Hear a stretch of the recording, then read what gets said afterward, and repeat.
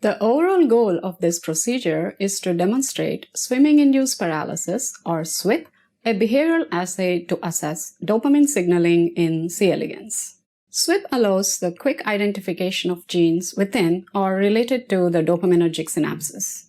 This method allows the investigation of the effects produced by an excess of extracellular dopamine that is caused, for example, by drugs or by mutations at the dopamine transporter.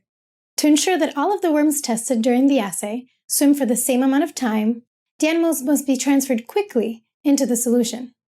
Demonstrating the procedure will be Sirisha Kudumala and Serena Sossi. They both work in my laboratory.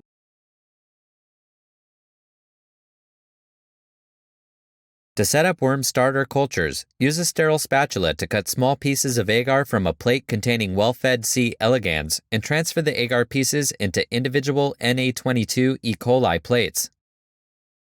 After incubating the plates at 20 degrees Celsius for 3 to 4 days, visually confirm the presence of gravid adults under a stereo microscope. To obtain a synchronized population of worms, squirt water onto a plate full of gravid adults.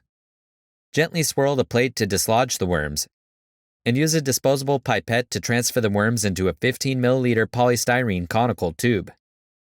After pulling the worms from a second plate into the tube, collect the worms by centrifugation for 3 washes and 15 milliliters of autoclaved water per wash. The water should appear clear after the last wash. After the last centrifugation, add 5 milliliters of a freshly prepared sodium hypochlorite sodium hydroxide solution to the worms and mix rapidly with a vortex. Incubate the tube on a rocker. Place a drop of worm solution onto